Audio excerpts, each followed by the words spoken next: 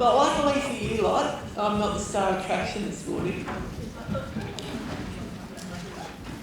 This morning, we move on to some of the trickier areas, some of the more complex areas in terms of the relationship of policy development and law reform and its relationship with development. And exploring one of those policy areas with us this morning is Gabor Gambos. Gabor and I were colleagues at the negotiations in New York.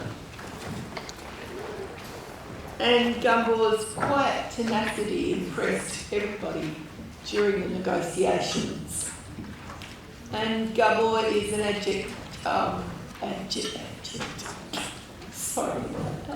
adjunct professor here at NUIG. And Gabor will be exploring legal capacity and access to justice for us this morning. So we've got two sessions, but Gabor will start this first session off up until the tea break and give you an introduction to the issues of legal capacity and access to justice in core human rights. Gabor. Thank you very much, Rosemary. Good morning, everyone. It's a real pleasure to be here at this summer school again. And what I am planning to do is not a talk.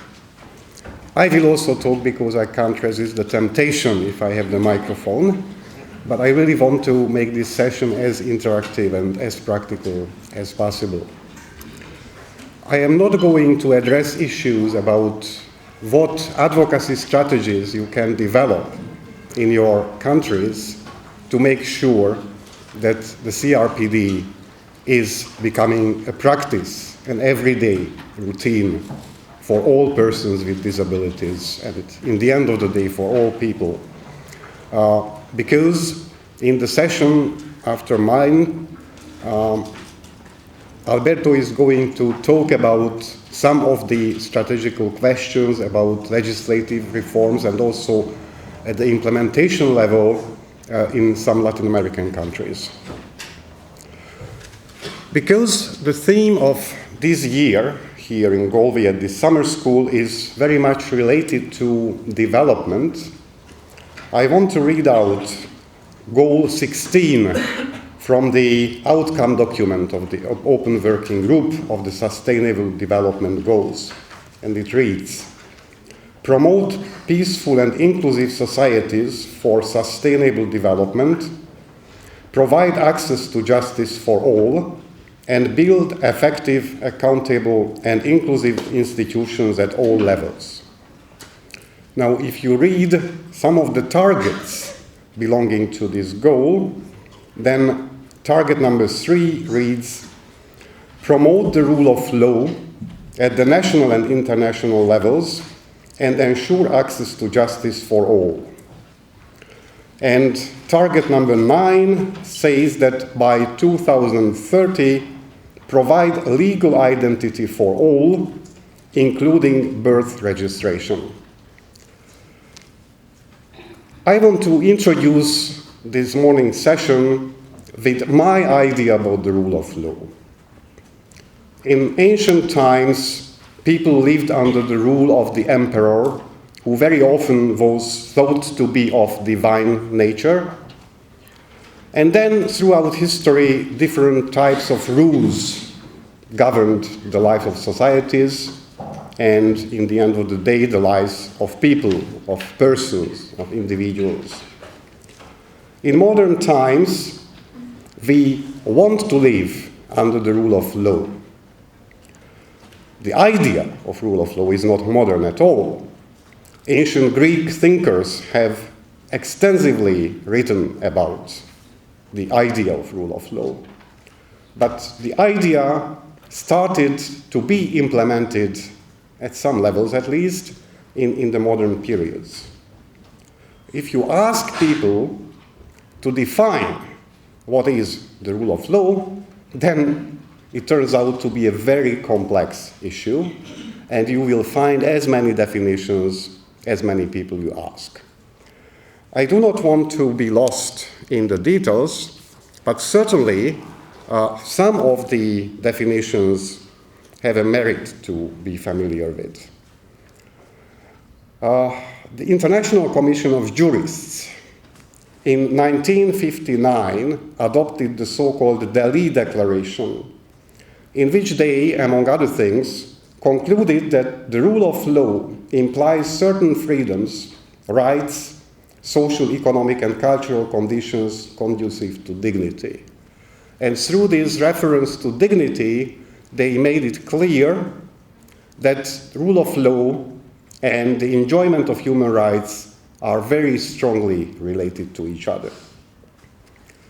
Now, if we just think about the name of this principle, rule of law is not necessarily a just thing, because if it is a rule of unjust laws, then the outcome will be quite poor.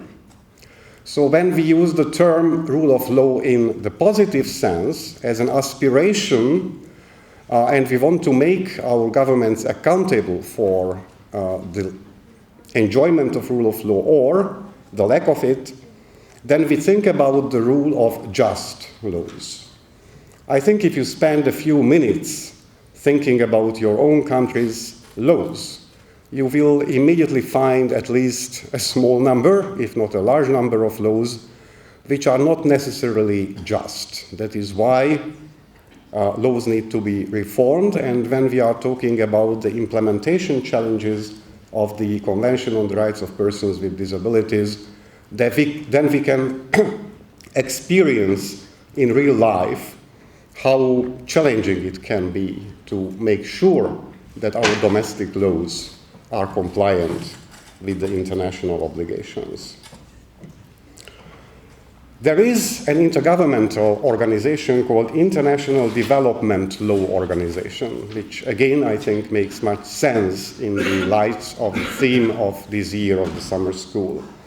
This is the only intergovernmental organization in the world whose only mandate is to promote law in a way which helps development, and to promote development which is in compliance with international law. They, in their definition, emphasize that the rule of law is more than just a due process. Very often when we think about the rule of law, then we think about due processes, fair trials, and the like. But they, I think, rightly say that the rule of law is an enabler to justice and development. So they make this very strong connection between justice and development. So ideally, when development is being made, then it should be made in a context to guarantee that society, while undergoing the development process, becomes more and more just for all people in that country. The World Justice Project, which is another interesting initiative, emphasized that the rule of law cannot be imagined without access to justice. Access to justice is a key and crucial element of the rule of law. And they also say, together with the International Bar Association, that the rule of law implies an equality of all persons before the law. And if you think about this topic, equality of all before the law, then we understand why legal capacity is also crucial when we speak about the rule of law. And maybe this is one of the reasons why the organizers joined legal capacity and access to justice. Also, if you read about the negotiation history of the convention itself, then you will find that originally the idea of access to justice was not present. It came at a later stage when more and more delegations understood and articulated that while legal capacity covers also the capacity to access to justice, but the latter is so important and so basic and so crucial, and too often it is denied to persons with disabilities, that it is really worthwhile to have a separate dedicated article in the Convention. So the article on legal capacity is Article 12, and the access to justice is Article 13. Later on, I will talk a little bit more about both articles, and I will also make reference to some case law. And when I will do that, I want to address an interesting issue. Namely, very often we say that the Convention is a paradigm shift, and I think it is true, although the term itself has become a commonplace, and people do not even think about what a paradigm shift is. And when people, scholars and practitioners address the issues of legal capacity, Article 12, then they say that if you want to demonstrate the paradigm shift in the Convention, then likely Article 12 is the best example to do that. And while, again, I think it is correct, it is also true that paradigm shifts do not come out of the blue. All paradigm shifts in history, in sciences and elsewhere, always had a prehistory. The new paradigm comes from some of the existing thoughts. And in some of the case law, I try to demonstrate that actually prior to the CRPD, issues which are expressly addressed in the Convention had already been addressed in domestic or regional legal arenas. But in the beginning I said that I want to be really interactive in this session. So let's start with some interaction. I will tell you a real story, a very brief story, and then our volunteer colleagues will help you with the microphone to share your views with each of us. I really think that learning is best done if we learn from each other. So I am not going to teach you, I am going to learn with you and facilitate some learning in this room. A 16-year-old, actually a little bit older than 16-year-old young woman was admitted to a psychiatric hospital ward. And during the visiting hours, she was staying in her bedroom, which she shared with a number of other women. She was in the room, and another roommate who had a visitor was also in the room. The visitor sexually abused the woman whom he visited. The only witness to this abuse was this young woman. The abused woman filed her complaint at the police and also named her roommate, this 16-year-old woman, as a witness. Then she was waiting and waiting and waiting, and the police did not act at all. Then she filed a complaint, and in response, the police said that they contacted the head psychiatrist of the ward, who informed them that the complainant was not in a mental state to be part of a police investigation or procedure. and the witness was below 18 years old and also in an acute psychotic condition, so certainly she was not capable of acting as a witness before the police. What do you think about this short story?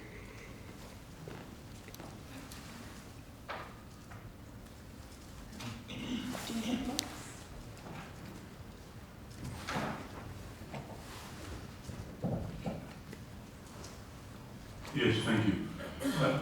I myself think that all depends of what we have in the civil domestic law. Our civil domestic law are very limited by fixing the capacity of human being to a certain age. In our French civil law, they say you are capable if you have 18 years. So, all what happened beyond 18 years is out of the capacity of human being. So, what's important in this case is to introduce a kind of plaidoyer in front of local government to change this vision of what capacity should be. If you don't change this civil law, because in this case, that's the domestic law you can apply. And this domestic law, sometimes, every time, limited this kind of right to get to justice. We face the situation in many cases, not only in this kind of cases. You can have some witness who are under age of capacity, and the witnesses will not be recorded by the police. Thank you. Thank you. You emphasize the issue of the age here. Gentleman there. Thank you very much. It seems to me that there's what I would just call nicely a cultural issue. If you're investigating an alleged crime or incident, you should be thankful that there is a witness, that there may be more than one witness to help you, but to presume that witness, because of where they resided or whatever, is not worth listening to. I think that's the nub of the issue, and I think it goes back to, you might call it prejudice, culture, and whatever. I'm quite sure other 16-year-olds or 10-year-olds would be interviewed and listened to in a different circumstance. And I think it's as simple as that. And as not simple at one level, but it's a huge issue to overcome. Thank you. So both of you address the age component, and you challenge the prejudice-based assumption that people who are younger than a certain age do not have the capacity to act as witness, for instance. But in this example, the age was one component. Another component was the mental status of actually both women. They were in a psychiatric ward, and we know from the doctor's information that the witness who did not act as a witness was also in an acute psychotic condition. So what do you think?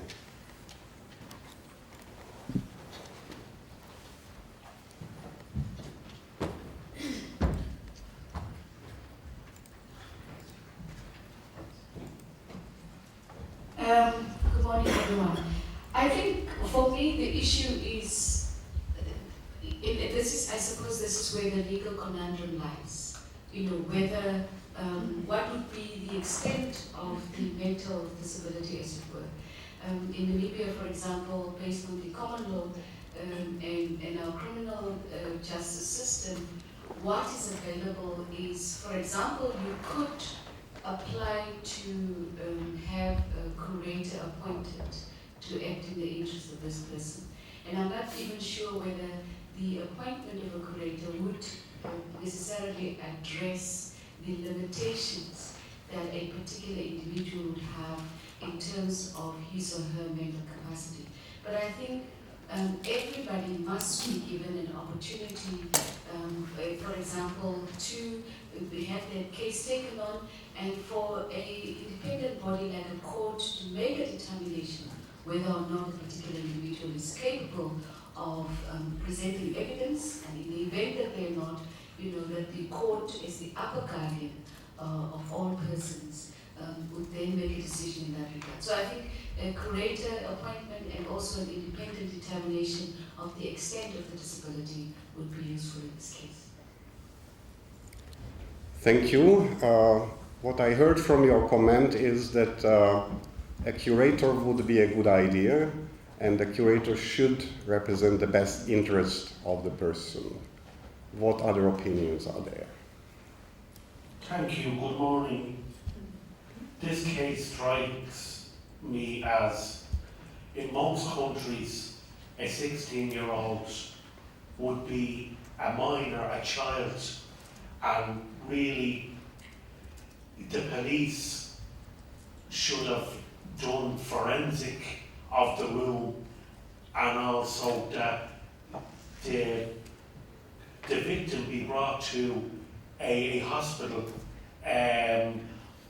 that an independent, like, director or public prosecution service, not the police, getting one opinion and from a psychiatrist to decide, really, judge and jury, that where was, like, the support for the alleged victim, like victim support, or an independent commissioner that she complained.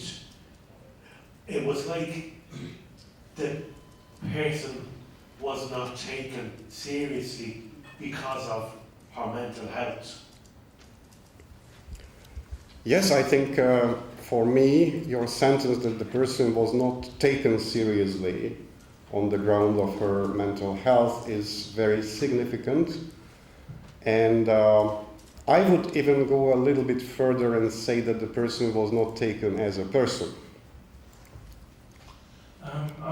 Good morning, everybody. I just want to look at this as a police matter. It doesn't seem to me that the problem is concerned with the position of the victims.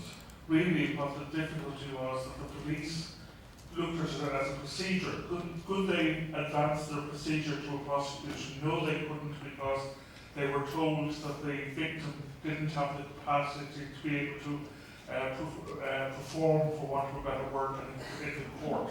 So I think that really you have to sometimes look at the broad picture of the circumstance, not merely the position of the victim, but more precisely whether if there was a paradigm shift, whether there's a paradigm shift in the surrounding infrastructure of the social response to the alleged crime. The police were not interested in the history that you gave, in the actual experience of the victim. What they were interested in was the procedural application of the law. Could they actually proceed to a prosecution and to a result from a police point of view? And I think that one has to be aware of that when one is dealing with civil servants, whether they're policemen or sociologists or whatever. Thank you. I think you are absolutely right that all these larger contexts are important if you want to shift the paradigm in reality. But I think it also demonstrates how unjust these systems are, because everything seems to be more important than the person who was abused and the possible participation of a witness, because I agree that it is a very happy situation when there is a witness who can give a testimony.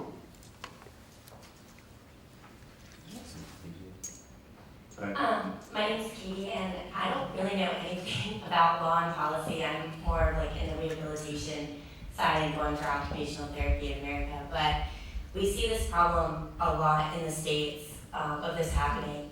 And I kind of have to, in a way, disagree with the police. I mean, I do think that they follow procedure and structure, but I think the real problem lies within the staff and the mental health, like counselors and the psychiatric ward, and that, you know, the police are calling and, you know, just, they have to, if the woman is 16, they have to call and ask whether or not, you know, but it was, I think the problem lies within the staff and saying, they shouldn't have said, oh, she has a mental problem and she doesn't know what she's talking about. They should have addressed this whole thing differently in general and said, why don't you come in, have a career, all that, and, you know, but I don't know, I just have to disagree with the police situation, especially in America. I think our problem lies within our staff and facility and the system in general is that they're not trained well enough, and it falls under Article 16 and 17 in the CRPD as well.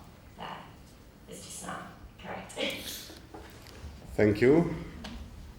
Yes? To follow up, another friend from the States there, I see some similar issues with the system as a whole. I think it's kind of interesting how many people have pointed to age, but honestly, I feel like that's such a moot point when dealing with people with diverse psychosocial states, when we're constantly infantilized, and in spite of any age we might be, it's rare that you're seen as a person under the law or in society. So I think that speaks to one of the larger issues that starts with how do you address this at systemic change to begin with. And response might be increased surveillance or police presence to kind of monitor, but I just kind of want to point out the problem of that too, especially when many people are forcefully institutionalized or have dealt with problems that maybe this isn't a place that supports are best in the first place. So kind of looking at that metaphor of the river cutting off at the top of the stream before it gets to be a problem. Maybe someone could be better supported through the community or in individualized settings before going into some kind of this group asylum model that can often lead to more human rights abuse.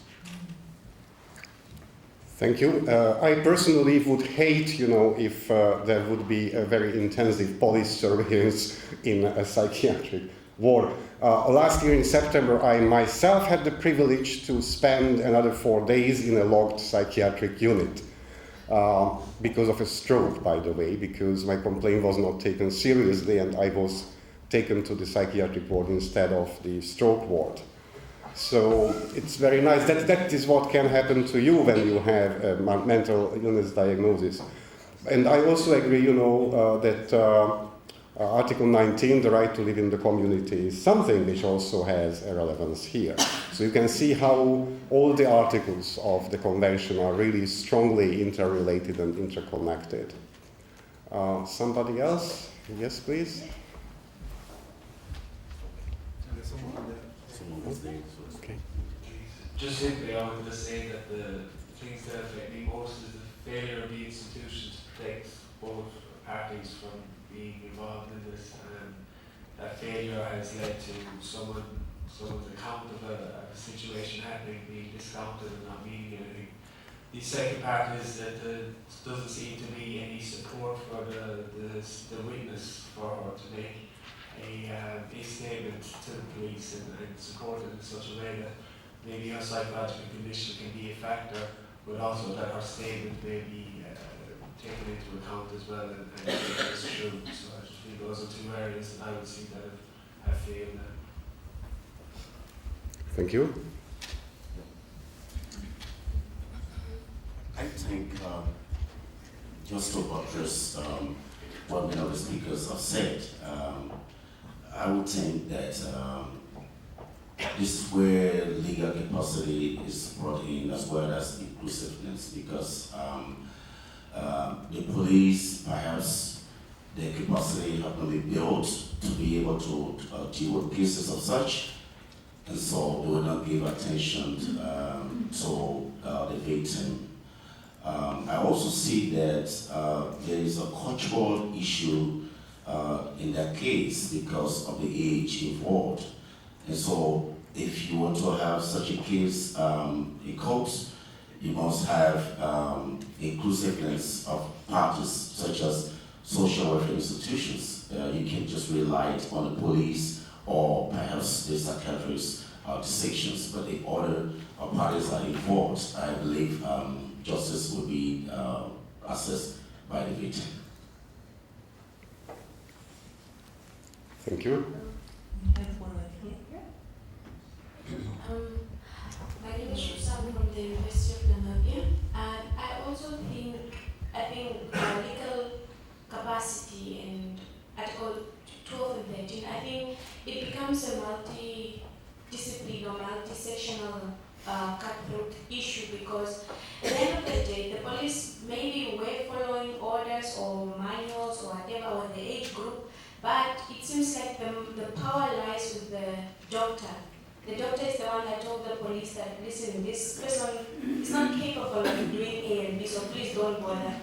So basically that's how the police would take it. So maybe if the health workers are also sensitized to assist in a way that, yes, even if a person has a disability, the chances are that there is some truth to their story. Give them a chance to be heard, regardless of the fact that they have a mental condition. Just give them a chance to be heard, and from there on draw the conclusions as seen. But at least give the person a chance to be heard. So I think the doctor, the health sector must also has a part to play.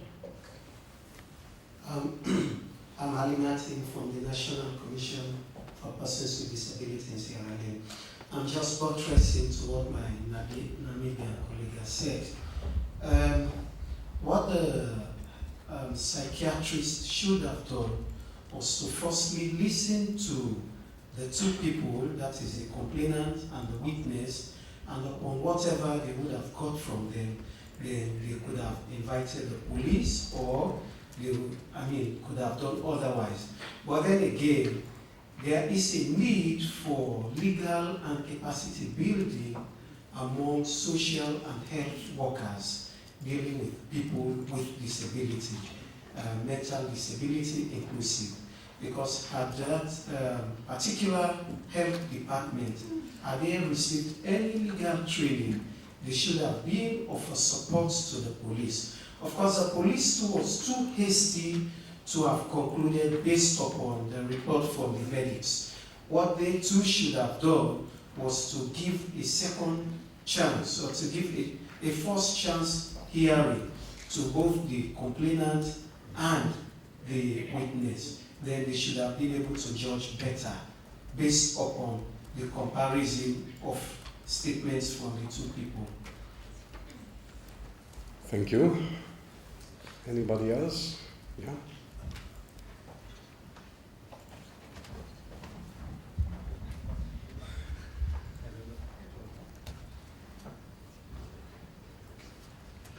Hello, my name is Lily, and I would just like to say that in this case, I say that the paradigm shift in this country has not taken place from medical system to medical model to social model, which is required by the UNCRPD. And according to Article 4, states are obliged to provide training to the staff. In this case, the staff of the psychiatric ward had to be equipped with legal capacity.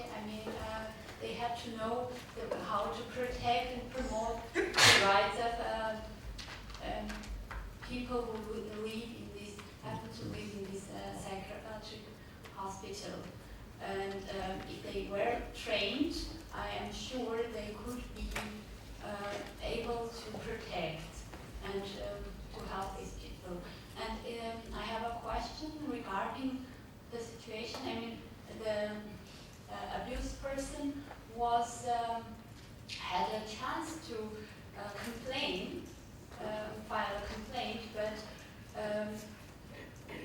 the other one was not able to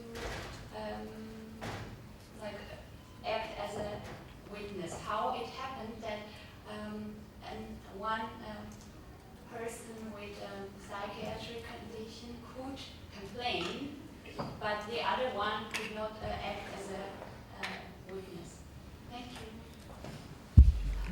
Well, the answer to the question part of your intervention is that I think it demonstrates the arbitrary nature of all these prejudice-based conducts, which prevent people from access to justice. But actually what happened is that, yes, the woman could file the complaint, but actually nothing happened till she filed another complaint, now against the police, basically. And then she was simply informed why they dropped the case. So in effect, both women were taken as non-person. They were treated like non-person. And that was clearly because of their mental status rather than the age. That is the proof that it was not an age-only issue. The age might have been a complicating factor for the witness, for the potential witness. But in the end of the day, justice did not find a room in this procedure. And then, after these failures, the abused woman decided not to try to push the thing further because she was very heavily discouraged from doing that. I think we take one or two more questions or comments and then we move forward.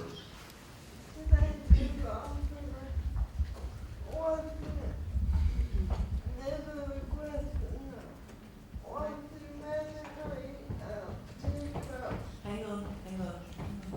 We need a microphone.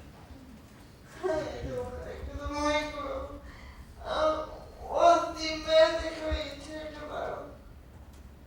When the woman, brought to the hospital and medically checked out, what they just left?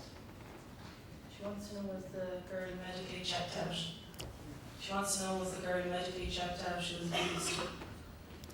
Was she? Medically checked out. Medically? No. No such examination happened. And just, to close the story, I heard about this because the young woman, the 16-plus-year-old woman, contacted me and asked for advice. She was still in the psychiatric ward, and with her mother, I went to see the chief psychiatrist. The young woman wanted to leave the hospital. The mother arranged all the necessary support at home in compliance with Article 19 of the Convention. And yet the chief psychiatrist was reluctant to discharge the woman. So then I intervened and we had an informal talk. And I really asked the psychiatrist, why do you want to keep this young woman in the ward? And he said that because she requires a safe place. And then I told him, are you joking? This ward, where one woman is sexually abused by a visitor, and the young woman wants to act as a witness, but she is not taken seriously at all, is this a safe place for her? And around this argument, in a 2-hour session, we managed to convince the chief psychiatrist to discharge the woman. But justice was not served. Just on that point, for me the question is much bigger than just the police officers and the staff members. And when you talk about a paradigm shift, that's exactly what we're talking about. We need to change the attitudes of people. We need to train people to think outside of what the limitations are that is provided by the law. Because even back in Namibia, the law has created that environment in which people believe that people with disabilities don't have a legal space. So I think it's too simplistic to simply maybe discipline the police officers, for example, for not having acted in the interest of that particular person. But I think we need to look at a broader change framework in order to change the way things will plan in the future. And we'll go. Okay, last question and then we I go on. totally agree with the lady. Because this new generation of law, need the same difficulty in front of access to justice. If police, because police is the first step to access to justice. The policeman, we had the same case yesterday with a case from Kenya. This new law, this new generation of law, need a legal capacity building to whom the rules are addressed. Here, the police need to be trained. The policeman need to be trained. Implementation of international law need training those who those rules are addressed. The first step is the police, because even at the level of the court, if judges are not trained in such kind of legal instrument, they can't judge a case. Because the text they have are the classic one. If there is a new rule in the world arena, people to whom those rules are addressed must be trained.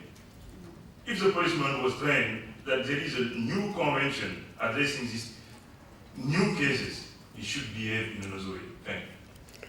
Thank you very much. I think that in this short discussion time, we gathered a lot of aspects of this particular case, and they are more or less directly, some of them indirectly, but still significantly linked to access to justice and to legal capacity.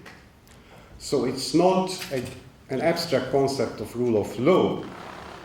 What makes legal capacity and access to justice a fundamental issue, but it's also the everyday reality people with disabilities live in our societies and what they have to survive without having an access to justice. Interestingly, I noticed that you used legal capacity in two different meanings. We spoke about legal capacity of institutions and professionals, and we also spoke about the legal capacity of person with disability. Now I want to address the legal capacity of person with disability, while I also agree that the legal capacity of institutions and professionals should be significantly supported and increased, but these two concepts of legal capacity are absolutely different. What does Article 12 say about legal capacity? We have to understand carefully some of the crucial aspects of this article, and we can do that. We don't have the necessary time to go into the depth and details of legal capacity as it appears in Article 12, but you can continue your study on this because, thanks God, the committee issued their very first general comment, the CRPD committee, on Article 12. And it is available on the committee's website.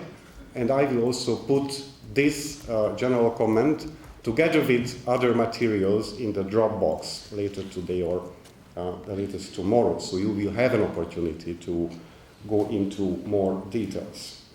Article 12 consists of 5 paragraphs.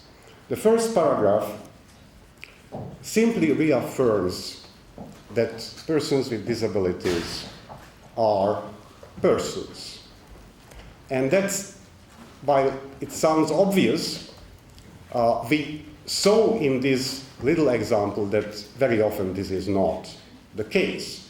People with disabilities are often de facto or de jure denied their personhood.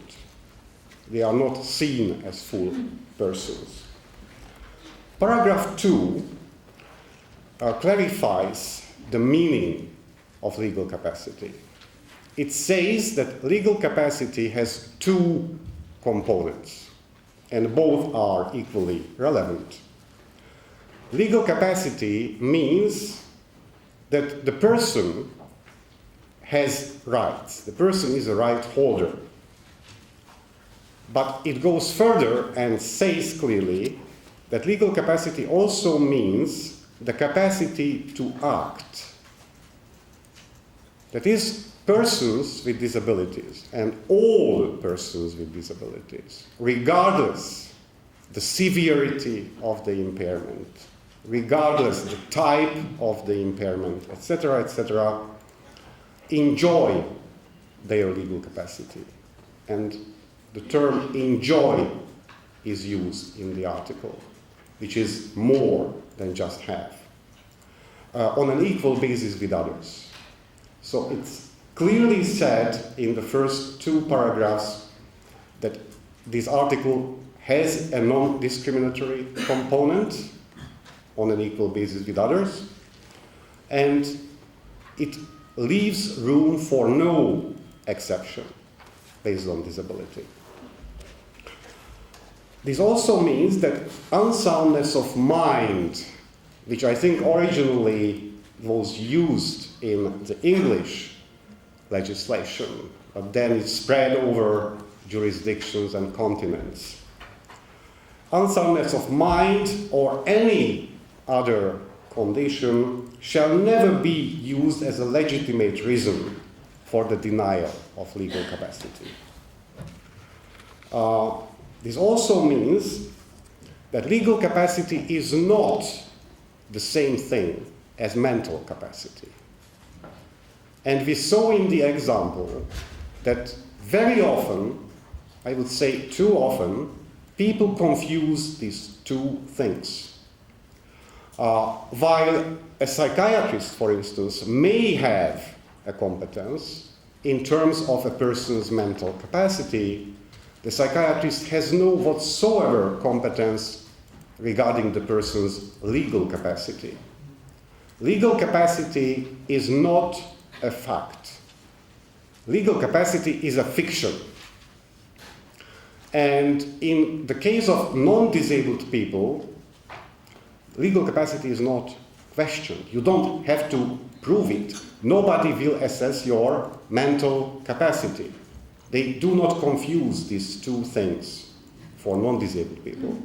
No, as soon as we talk about persons with disabilities, the two concepts conflate, and basically what the entire old paradigm system is about is mental capacity, and the Article 12 in the general comment by the committee clearly implies that these are two absolutely separate concepts. And mental capacity has nothing to do with legal capacity in the sense that actual or perceived deficits in a person's mental capacity shall never justify the denial or interference with the person's legal capacity. The general comment also emphasizes that mental capacity is not an objective, scientific, and naturally occurring phenomenon, but it is contingent on social and political contexts. And they also say that professions, disciplines, and practices are also contingent on these political and social contexts. And this has much to do with prejudices. The social and political contexts in which we talk about persons with disabilities in general, and people with intellectual disabilities and people with psychosocial disabilities in particular, are very much based on prejudice.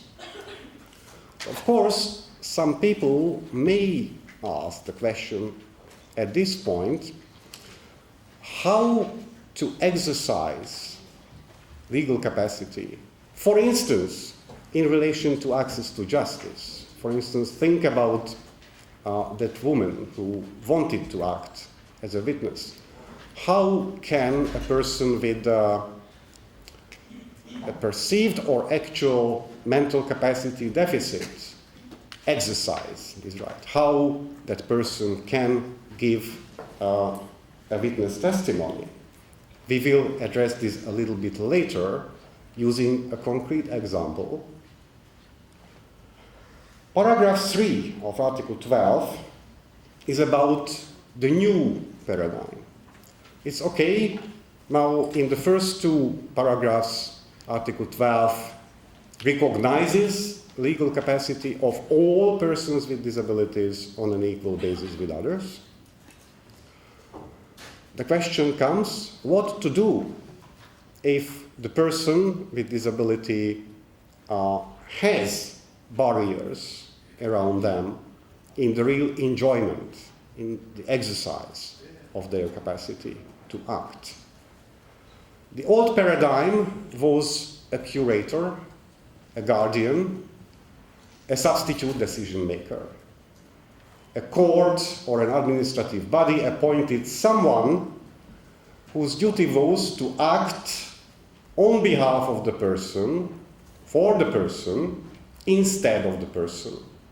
So in case of a legally binding legal transaction, it was no longer the person with disability whose legal capacity was denied who exercised the transaction, but it was an appointed substitute decision maker.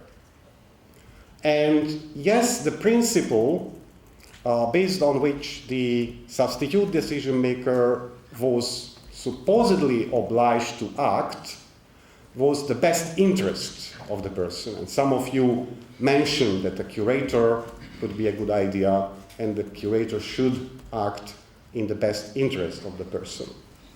Now the general comment on Article 12 clearly says that this approach is incompatible with the new paradigm which appears in Article 12, paragraph 3.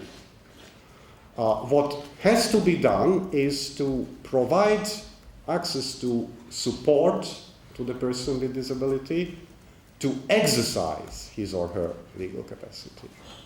Now, very often, people use the term supported decision making instead of substitute decision making. Interestingly, the Convention does not use this phrase, supported decision making. What the Convention speaks about is something much broader. The person has a right to obtain support to exercise his or her legal capacity. Sometimes this support can be absolutely unrelated to the specific decision. Think of a person who has a psychosocial disability, and one of the issues the person experiences is very intense anxiety. Now, if the person experiences this very high level of anxiety, as in some situations in your life, I think you all experience very intense anxieties, it's very difficult to concentrate on the decisions you have to make. If some form of a support can alleviate your anxiety, and I am not talking about a medication necessarily, a friend, interaction with a friend, or something, which the person can use to alleviate the anxiety, then immediately the person himself or herself will be in the position to make his or her decision.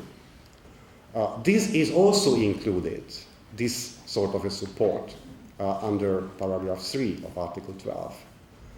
In some cases, a more intense and more targeted form of support may be necessary, which can be a part of a supported decision making. Now, a major difference between substituted decision making and supported decision making is that in the latter, it is no longer the best interest of the person which should guide the decision making process or the exercise of legal capacity. The person retains his or her legal capacity, so there is no issue about that. The support is needed to exercise it. Now, what happens if somebody has a very high need of support? Think of the extreme situation, the person is in a coma, for instance. What to do then? Well, there are two ways to look at this situation. You can say that in the case of a coma, say, there will be no difference between a supported decision-making and the substituted decision-making. Because if there is an urgent decision to be made, and there is no time to wait whether the person will come out of the coma or not, the decision needs to be made now, then what will be the supported decision-making? How will this be different from a substituted decision-making? While on the surface there is no difference, I think if you go a little bit deeper, the paradigm shift can be seen even in this extreme case.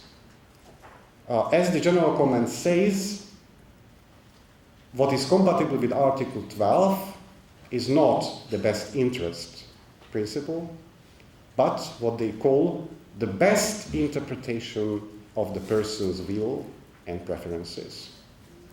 And there can be many ways, you can use to interpret what the person's will and preference would be in this particular situation. If you can consult people who are very close to the person with disability, who know him or her well, then you can reconstruct from the person's life history, the wills and preferences, and you can interpret.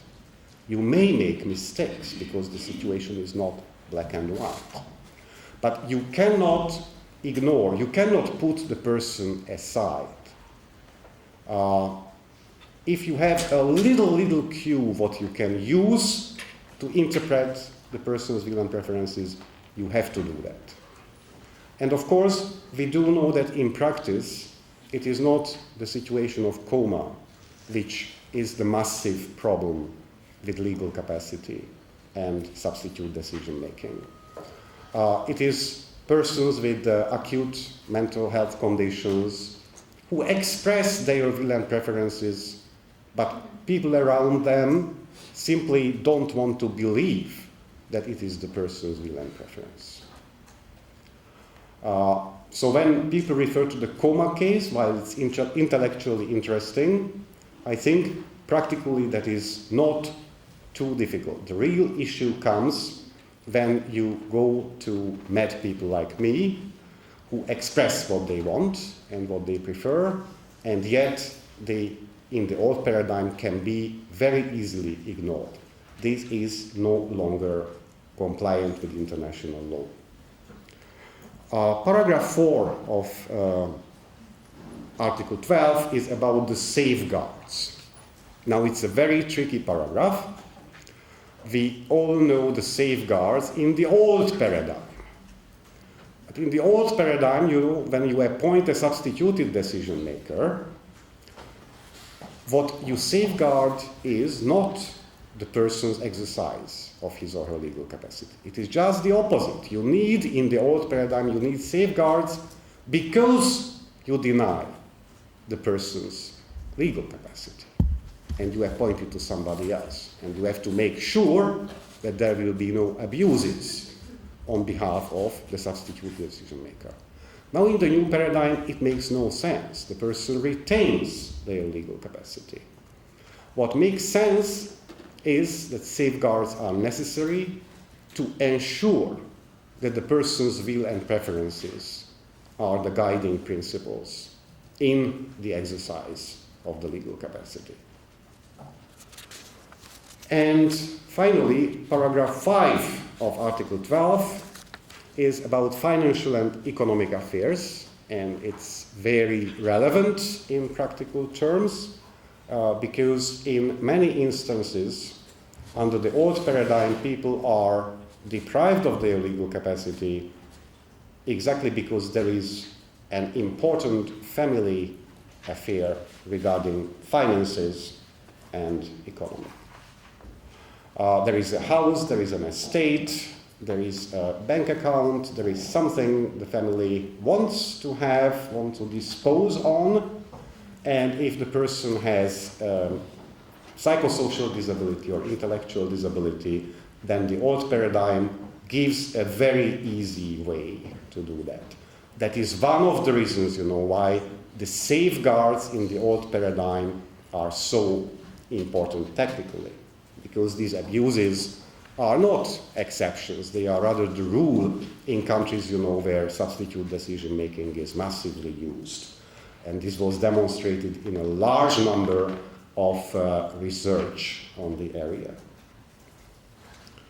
So that was about Article 12. And now we go interactive again. And let me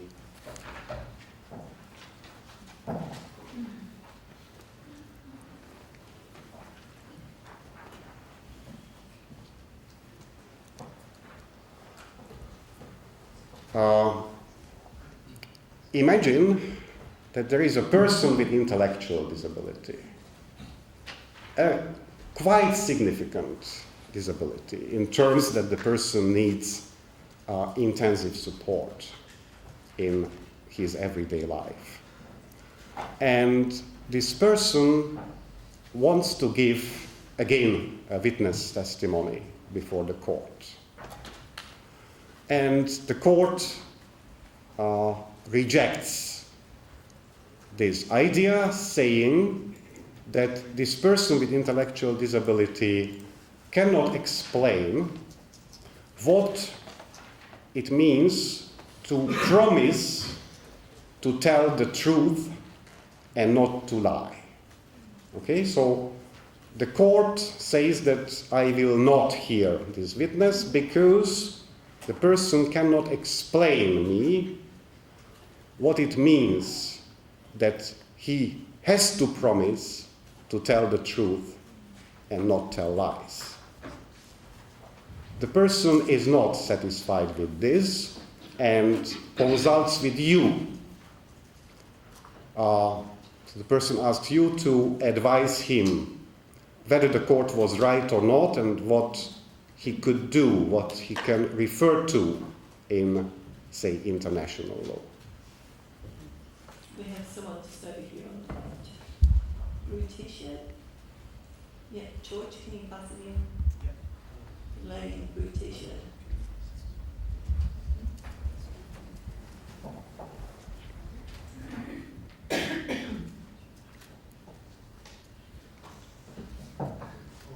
You didn't want to say it, sorry. So I thought your hand was up. Somebody? Yes, I can say something. Okay. Papa? Yes, thank you. I think that in this case, paragraph 3 solves the situation. Because obtaining substitution and support decision, people with disability need support, need substitution when they acting. When they buying something, when they signing a contract or something like that. They haven't the capacity to do so they need a curator.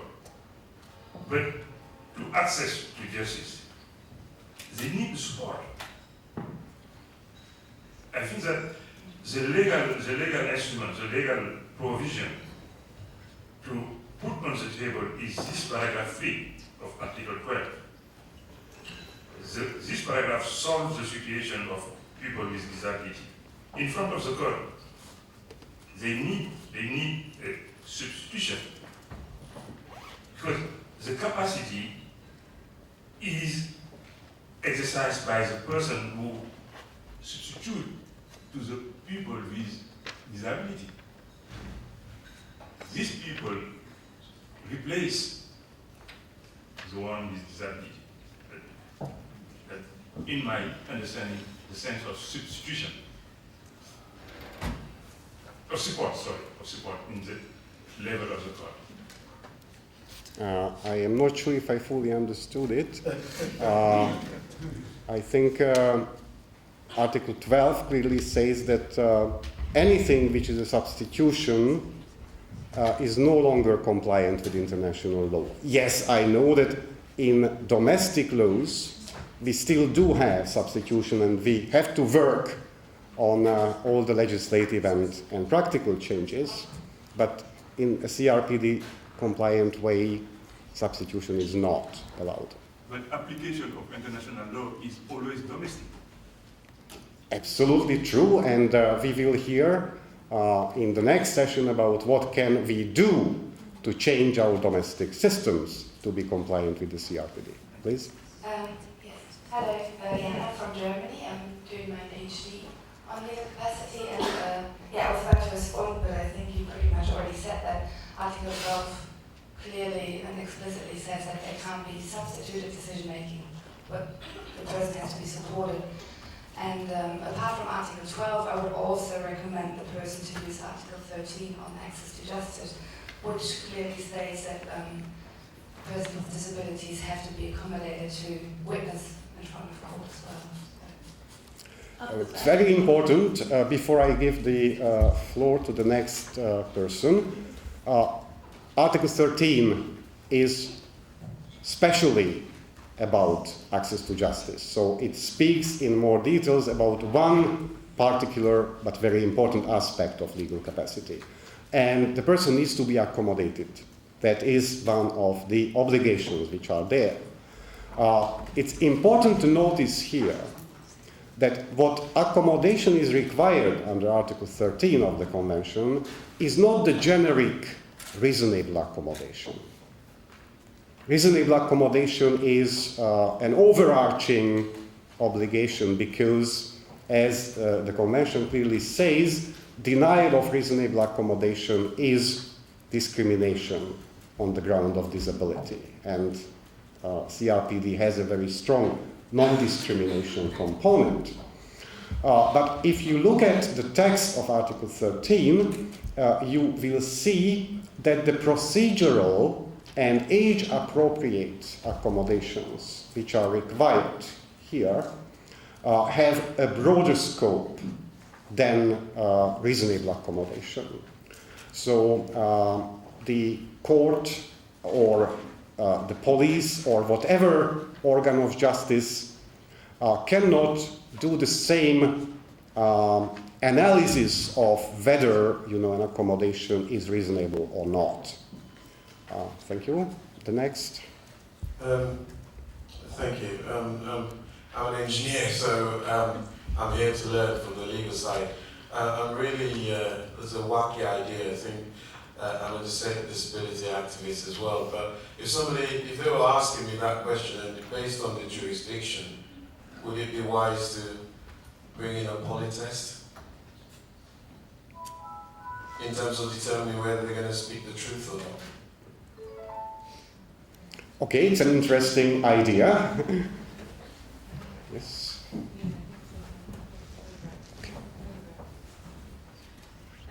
Thank you very much. I'd like to comment on one aspect which came out from that question, which is the one about the person being said not to be able to testify because they couldn't tell the difference or explain the difference between a truth and a lie. So I think this is, from my own knowledge, this is something that the courts have actually grappled with in quite a few cases. So one of the biggest problems, I think, is the requirement to explain the difference between truth and falsehood in conceptual terms. I think it would be very difficult for anybody to be able to explain the difference between the notions of truth and the notion of falsehood. And it does not necessarily mean, if you cannot explain these, that you cannot actually tell the truth, or you cannot recognize that this is truth and this is not truth. Thank you. Thank you very much. It's a really important point. And again, please observe this strange feature which returns and returns as soon as we go to the lives of people with disabilities. We are supposed to meet higher standards than the generic population. if you are not a disabled person, the court will never assess whether you are able to explain what does it mean to promise, what it means truth, and what it means not telling lies. Sorry, just during the questions answered, could you turn off your phones, please? That buzzing is somebody's phone that the network is trying to find. So we're down to the end here, the network has problems, so it's going to cause problems for the mics going around the room. So if you turn off your phones, that would be appreciated. We've just got 2 people here in the second row. We take 2 more comments and then we have to start to conclude. Hi, my name's Megan. I'm going to give a comment that's from a non-lawyer point of view, from a family member point of view. So my sister has a very significant and high support need, intellectual developmental disability. And I think in this case, because I can fully appreciate how difficult sometimes it is for people who aren't familiar with that person to check for understanding, and we've actually had some issues with people coming in and asking questions and her not fully understanding what they're meaning, but then just taking her answer, which might be just her telling them what she thinks they want to hear, repeating their words back to them.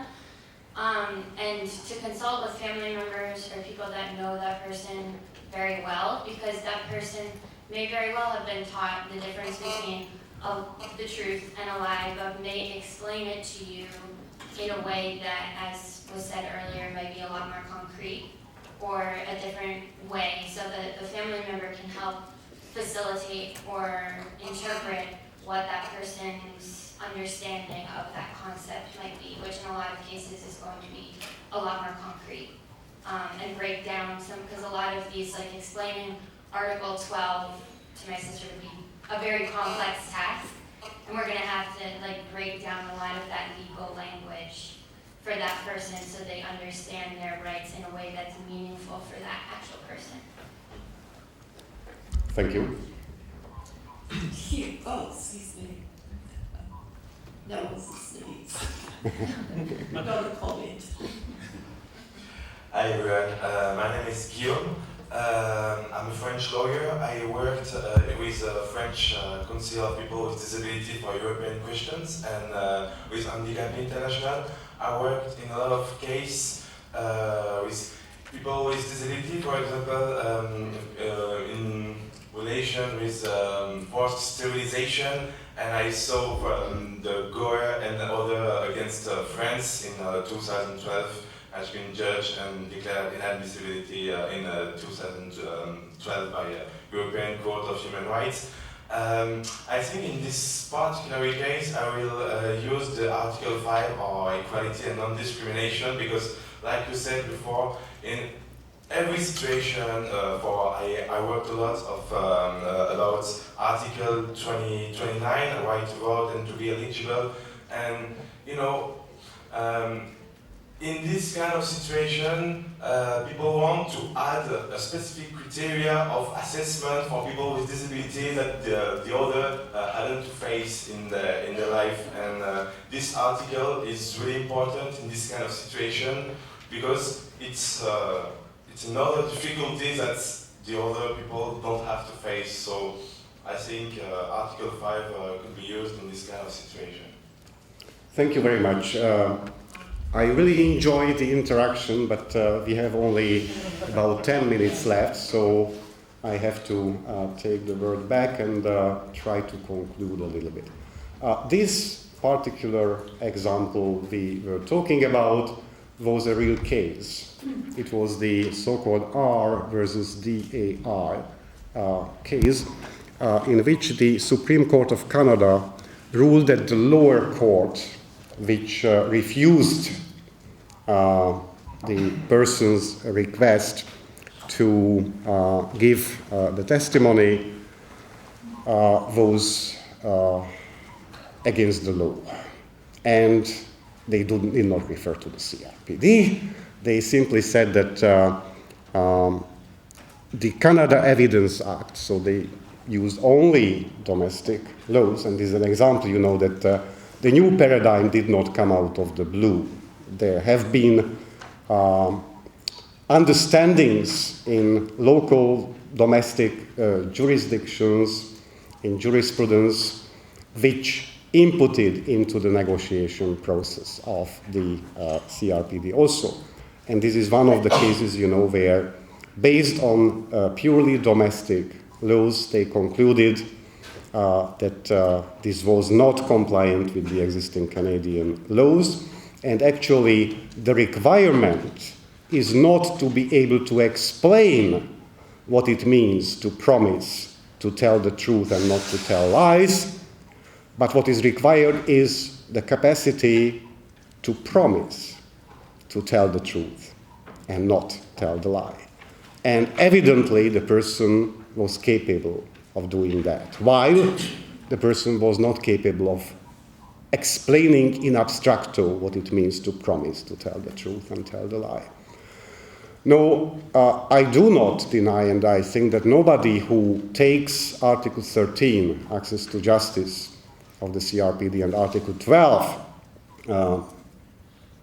equal recognition before the law of the CRPD, are very difficult to implement in real life. It's not an easy job. No paradigm shift is easy. But when I am saying that it's difficult, it doesn't mean that it is not possible. And let me tell you, as a sort of conclusion, one other example from 2005. The CRPD was adopted in 2006. So this is again a pre-CRPD example, a very promising example, showed into the direction of the CRPD, and something, which is already there, which have been implemented for almost a decade in Israel.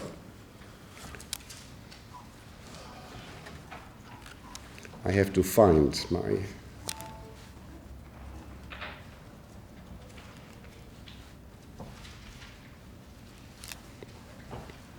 Yes.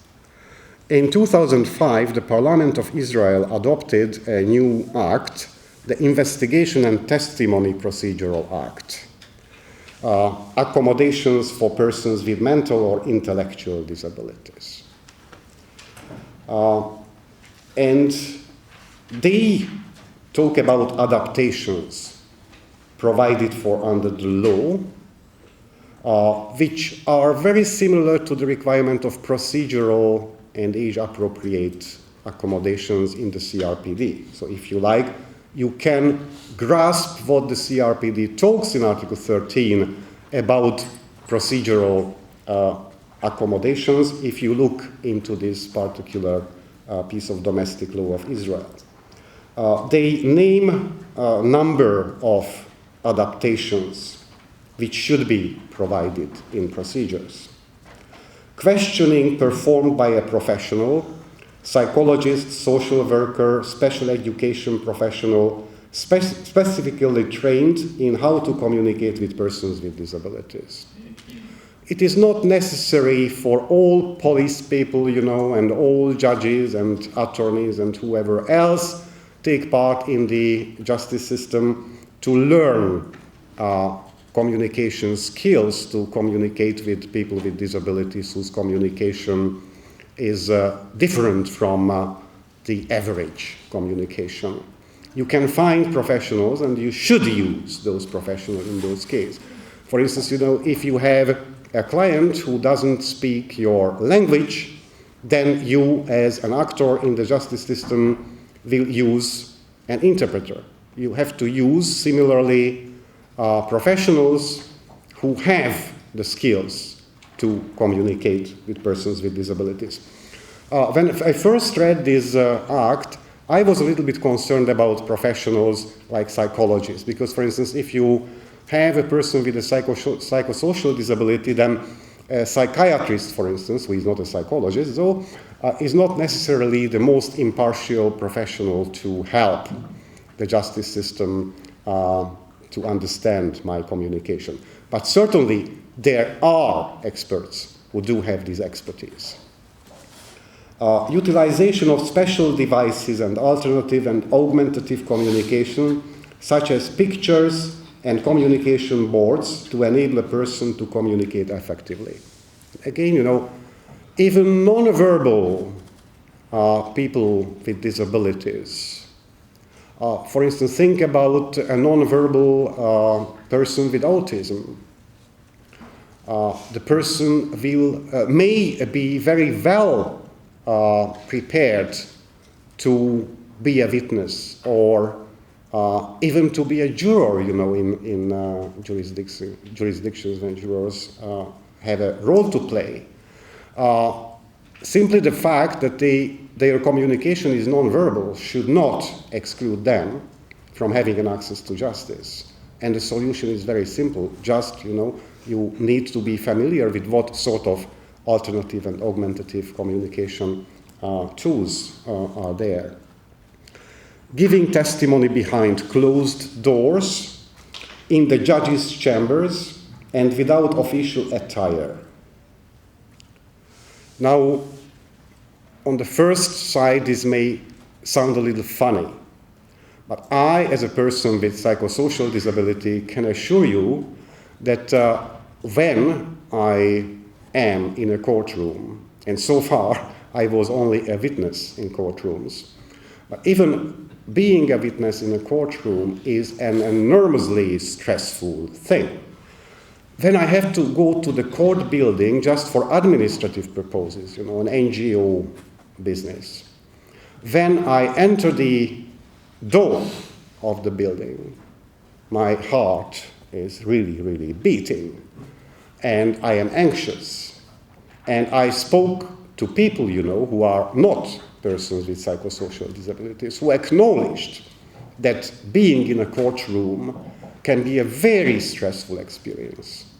Now, these very simple little things, like an informal arrangement without the official attires, you know, without the high table of the judge, and then I am standing somewhere and I feel that, oh, this is not about my justice, this is not about justice of anyone, this is about demonstration of power, and this can be very diminishing. So sometimes very simple things can make a huge difference. And when we talk about access to justice and how to implement it in everyday reality, then you don't have to necessarily think about large and grand things. Sometimes you have to think in very practical terms, and you have to look for very little solutions, and you have to be creative, but you can learn. The concluding remark is that why Israel? Why Israel was the country who adopted this very pioneering and, I would say at that time, revolutionary act with these legal obligations and these very simple practical examples of what adaptations or accommodations, procedural accommodations should be put in place. I think that a large part of the answer is that there was an NGO who dedicated themselves primarily to access to justice by persons with disabilities, called Bishut, and there was a dedicated person who was the director of this NGO. And NGOs, if there are dedicated people behind them, and if they have the technical capacity to contribute, then can bring about significant changes.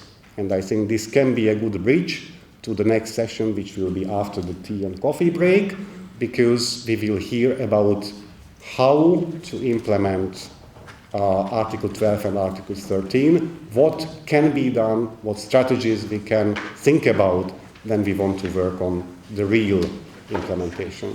Thank you very much.